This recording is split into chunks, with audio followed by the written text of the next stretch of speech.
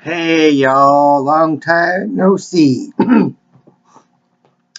back again for another sort of an update with some records and other stuff. Morty's over here rolling around, rolling around on a chair. He wants to be playful.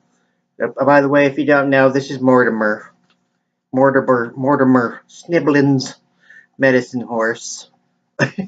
He's about I think he's about 9 or 10 months old. He's still a little. Well, he's getting to be a big feisty kitten these days, aren't you? Anyways, I kind of have a little update. I haven't been on in a while. I'm gonna try to get back into all this YouTube business, or at least now and then. Not as much as I used to, but you never know. You might start seeing me every night of the week again with all my rantings and ravings and radio shows and all kinds of craziness going on. But how y'all doing anyway? Haven't been on in a long time. At least not doing an update. I had a pretty good contest videos. Hope you all checked those out for my. That was it. My Halloween contest was about the last time I was up on here. You all know Carm. He won the contest and made a great video with the witchy poo mask and everything. And I had a great time watching those. Thanks, you guys, for making your entries. And, well, I got some records. We got to show some records. That's what we do in these videos, right? I'm out of the game. I'm getting over a cold. I'm out of the game. I haven't been on in a long time doing these videos, so I'm not quite used to it. Anyway, I got this new Metallica hardwired to self-destruct, a gatefold, and this one is on a red vinyl. I guess it's sort of a it's not really red. It's sort of, to me it looks orangish red, and it's got black streaks in it. Um, it's a pretty good record. I like it better than their last attempt. Um, you pretty much know what to expect from Metallica, but I like it a lot better than their last release. Which was it? A few years ago. And what we got next? Next on the agenda is a reissue of Temple of the Dog. And this is a very good record. I highly recommend getting this if you don't have it. This is also a gatefold, and it has it came on the front with this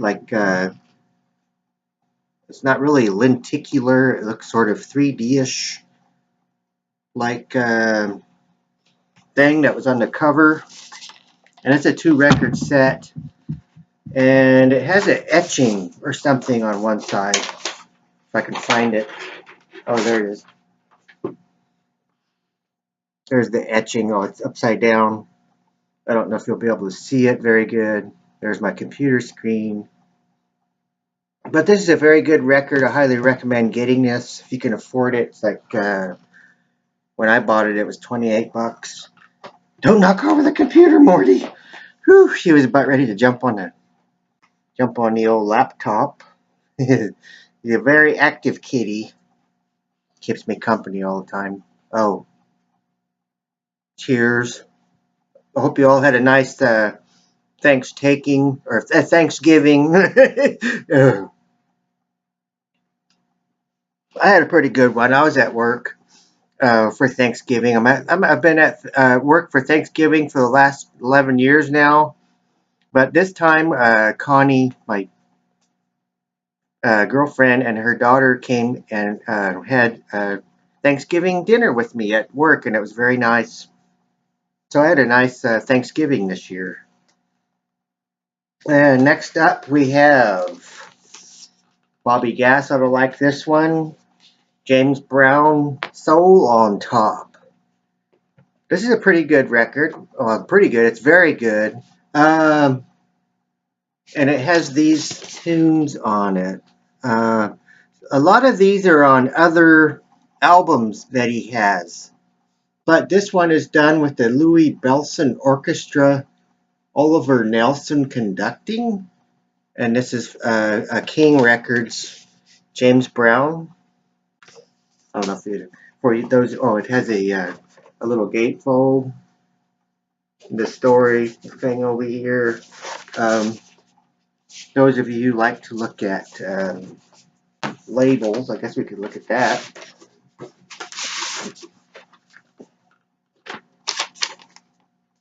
And there's there's the label. Soul on top. It's very good. It has that stamp that's in the corner of the record. And here we have a very beat up copy of Tom Waits' Heartache and Vine. But this is the first time I've seen this anywhere on vinyl. It's a little beat up, but it plays. So this is going to be my copy until I can find a better one. Probably wouldn't buy this on a re-release because they charge too much for Tom Waits. Sometimes even the old ones can get very high pricey, and I really don't like paying over $20 for a record if I don't have to.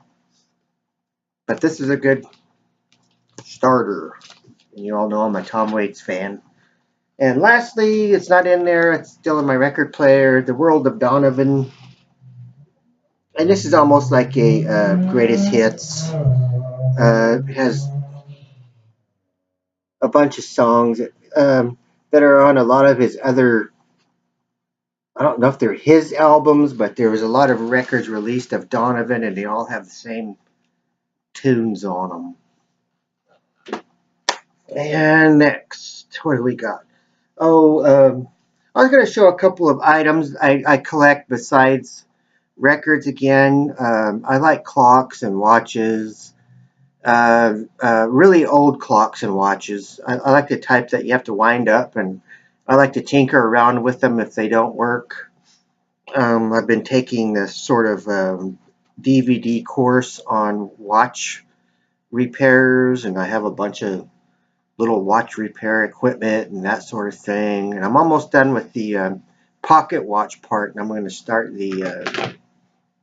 I have to send off for another set that's like mantle clocks, not cuckoo clocks, but even the clocks with the little pendulum, like this one over here. It might be about ready to go off. I don't even know what time it is in here. It dings once, and I have another one over there that has Westminster chimes, and it goes off every 15 minutes, which can get kind of. We're trying to watch a movie, and all of a sudden, ding dong, ding dong, all that stuff goes off, and you're trying to watch a movie. So I think I might not wind that part of it. Anyway, I do collect watches and clocks, and I thought I would show. This is a 1871 Verge Fussy pocket watch made in London.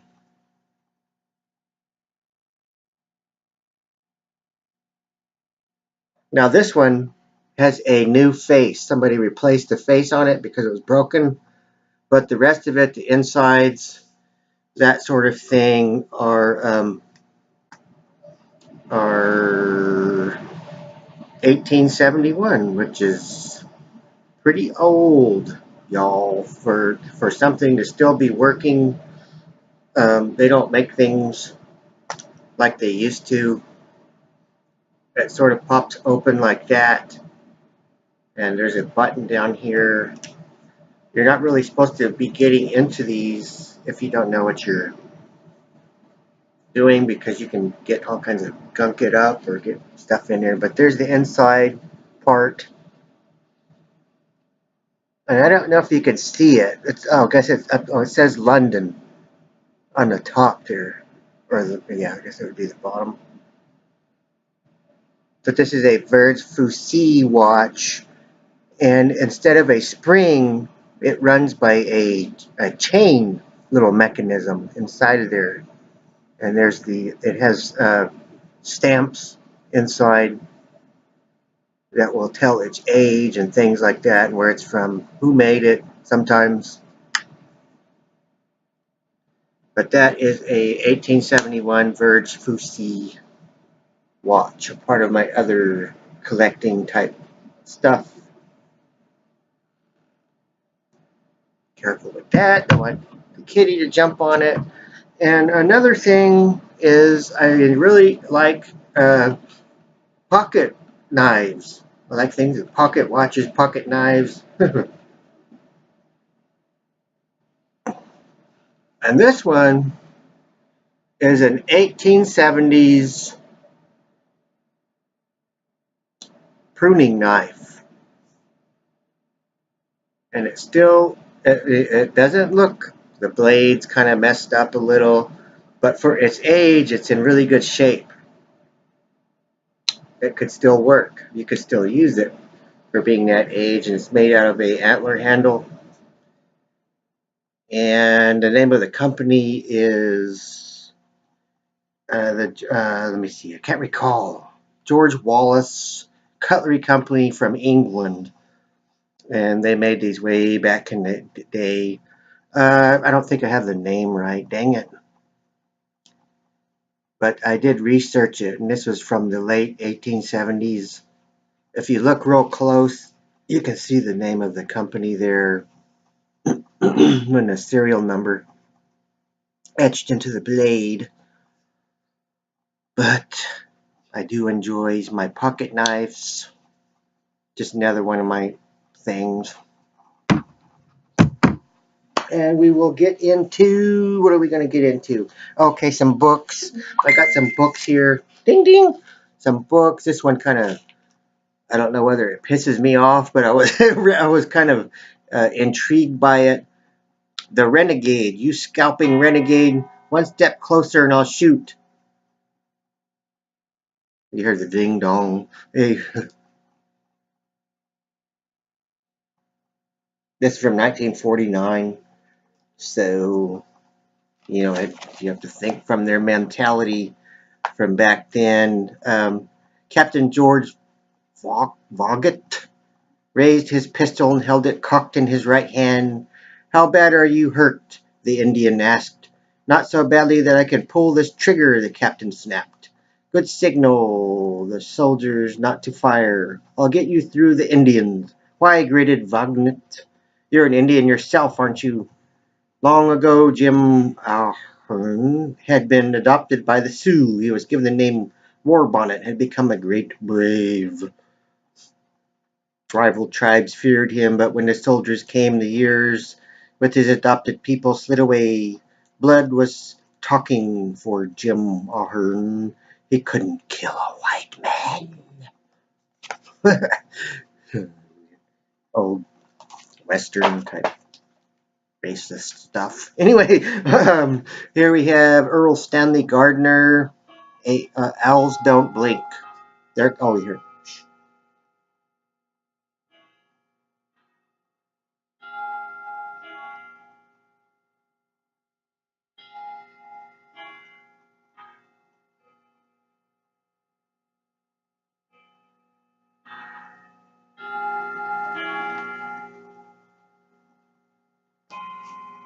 And this thing goes off every 15 minutes.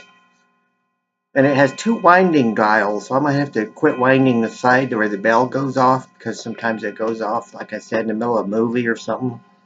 Or it does go off in the middle of a movie. And Owls Don't Blink. She was a New York model, a 5'4" brunette with the loveliest pair of legs this side of the Mason-Dixon line, and the kind of curve that can't be kept under cover for very long. Hiding her proved tougher. Donald Lamb wasn't the only guy who was trying to find this particular gal. Both the New Orleans and Los Angeles police wanted to get their hands on her. They had two reasons. Both murder. Oh, And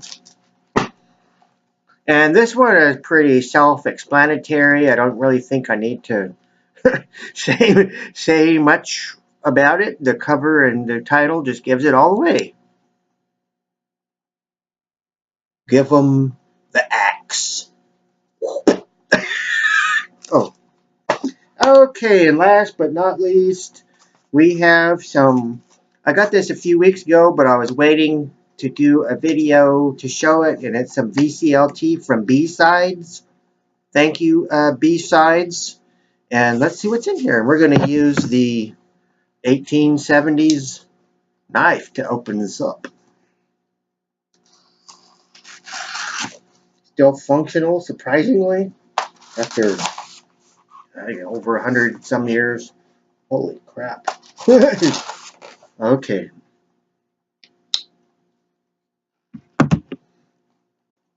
Get that puppy open. Uh-oh. I did get this around Halloween times, and she sent a little Creatures of the Night B-Sides 2016. And it has a bunch of cool songs on it and poems, I think. The Bat, Vincent Price, Night, Jackie Wilson. I don't want to read them all. I want to make this a really long video. Cool, thank you, B-Sides. Now I have something to play in my car. Hey, Colin, I hope you have been doing well. Happy Halloween, Jenny, a.k.a. B-Sides.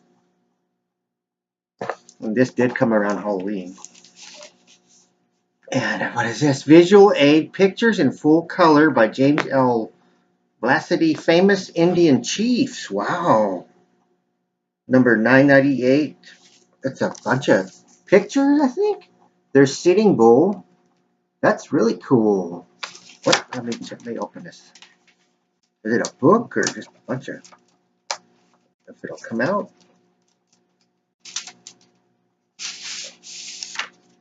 Oh, it is. It's a bunch of pictures. That's really cool. I mean, you could frame these. And I believe this is dang, I can't remember his name. He had like 3 wives. I can't think of it right now. He had more wives than me anyway. Oh wait, I might be catching up with him. But this has a bunch of cool photos, and I've never seen anything like this before. Check that out. I don't want to show them all. Oh, don't. Oh, it says on the back what they are. Let me see. Let's go back to that guy with the furry thingies on his. Oh, you can. We all know that's Geronimo. Where's the guy with the furry thingies? Quanah Parker. Yeah, that guy. The guy with the furry thingies on his hair. But that is awesome. Thank you. Just love the smell of old paper, too. I wonder where this is from. That's a Nashville Children's Museum. Wow. Holy.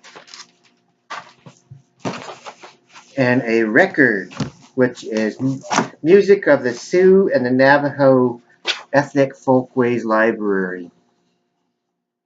That's really cool. She said she was going to be sending this, and I welcome this type of stuff in my collection because some of it you just don't hear anymore or see. Thank you. Thanks a lot, B-Sides.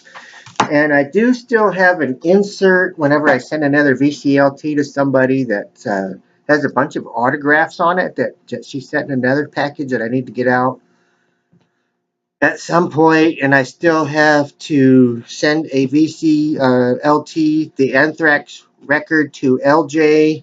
I know I've been saying that the last 6 months that I need to send you your package, LJ, if you're still around out there somewhere. But I still have it, and it's even boxed up with a couple other things I'm sending you someday. Sorry. Anyway. I guess that's going to be it for this video. It's long. Oh, dang, 20 minutes. Colin, over and out. And I don't know if you've been keeping up what's going on in North Dakota,